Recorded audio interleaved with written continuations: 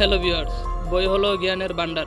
তবে আমি আজকে আপনাদেরকে এমন কিছু বই দেখাতে চলেছি যা বিশ্বব্যাপী নিষিদ্ধ করে দেওয়া হয়েছে এবং সাধারণ মানুষ এই বইগুলোকে কোনো সময় ছুঁতেও পারবে না। হ্যাঁ, এমনি কিছু কালো জাদুর বই নিয়ে আজকের মাইবি নাইনের এই ভিডিওটি। তাহলে চলুন শুরু করা যাক। নাম্বার ১, দ্য উমরগেট বুক। এই বইটি লেখা হয়েছিল 1884 সালে। বইটিতে নানা ধরনের সাংকেতিক চিত্র করা। এই বইটি 1901 সালে ফ্রান্সের সার্কোসি বইটি বাছাই করেন এবং এর একটি কপি আমেরিকানের কাছে বিক্রি করেন। কিন্তু রহস্যজনকভাবে এই বইটিকে আটলান্টিক মহাসাগরে টাইটানিকের সাথে পাওয়া যায়, যেটি নাকি টাইটানিক জাহাজের সাথেই ডুবেছিল।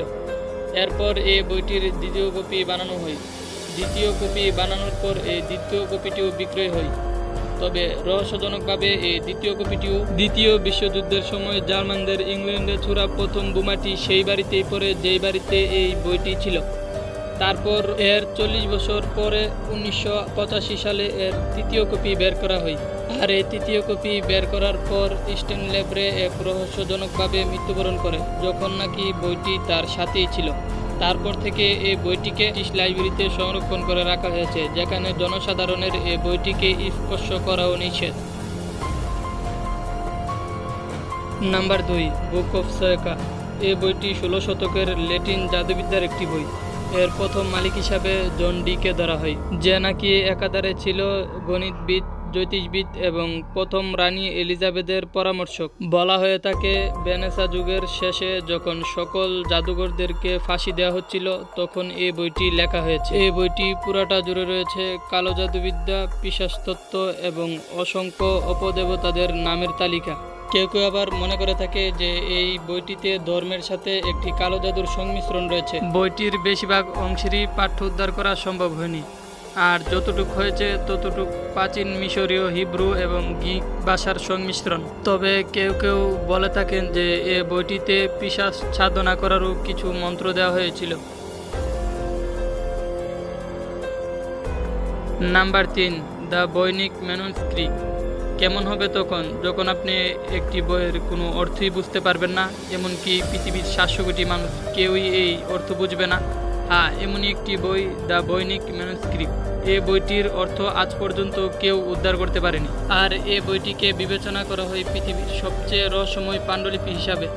এই বইটিতে এমন কিছু প্রাণী এবং গাছপালার চিত্রায়িত আছে যেইগুলোকে পৃথিবীতে আজও খুঁজে পাওয়া যায়নি। এছাড়াও এই পাণ্ডুলিপিটি এমন কিছু বর্ণমালায় লেখা হয়েছে যা আজও পর্যন্ত পৃথিবীতে কোনো অক্ষরের সাথে মিলে না এবং কেউ এই বইটিকে পড়তেও পারে না। তবে এই বইটির ফিজিক্যাল টেস্ট করানো হয়, যেখানে এই বইটির কী রং দিয়ে লেখা হয়েছে এবং কি পেপার এই বইটিতে ব্যবহার করা হয়েছে তা বিজ্ঞানীরা অনেক বিবেচনা করে। তবে এত বিবেচনা এবং টেস্ট করানোর পরেও বইটির কোনো রহস্যই আজও পর্যন্ত উদ্ঘাটন করতে পারেনি কেউ।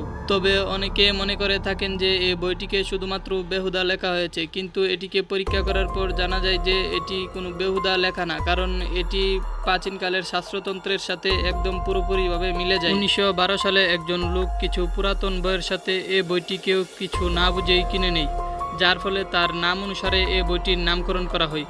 তবে সে বলে যে যদি এই বইটির রহস্য উদ্ঘাটন করা সম্ভব হয় তাহলে এর থেকে পাওয়া যাবে নানা রকম জানা অজানা তথ্য।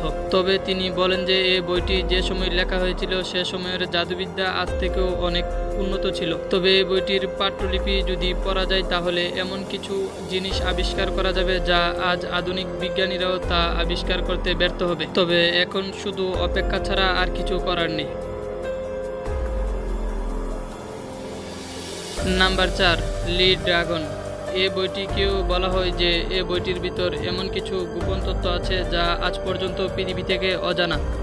এই বইটির ভেতরও রয়েছে বিভিন্ন রকম কালো জাদুর মন্ত্র এবং শয়তানকে বশ করার বিভিন্ন রকম উপায়। যেহেতু এই বইটির ভেতর শয়তানকে বশে আনার উপায় লেখা হয়েছে, তাই এই বইটিকে আপনি চাইলেও পড়তে পারবেন না, কারণ যদি আপনি এই বইটি পড়তে যান তাহলে আপনি এই বইটি পড়ার মাধ্যমে আপনার জীবনে ডেকে আনতে পারেন অনেক বিপদ।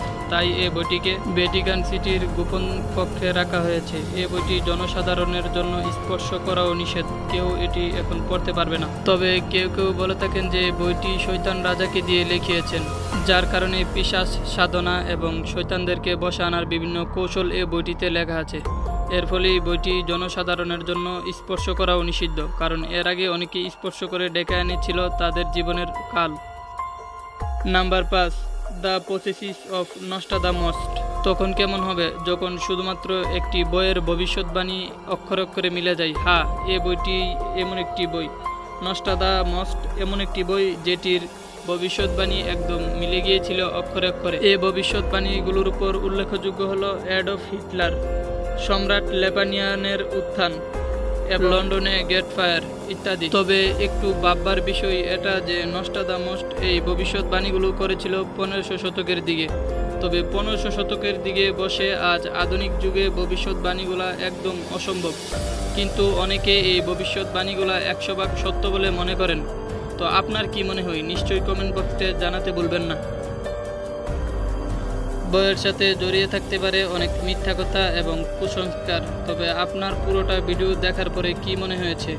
ভিডিওটি যদি ভালো লেগে থাকে তাহলে নিশ্চয়ই ভিডিওটিতে একটি লাইক দিবেন এবং বন্ধুদের সাথে শেয়ার করে এমনি আরও ভিডিও পাওয়ার জন্য মাই বিডান চ্যানেলটিকে সাবস্ক্রাইব করে অল বাটনে ক্লিক করে রাখুন।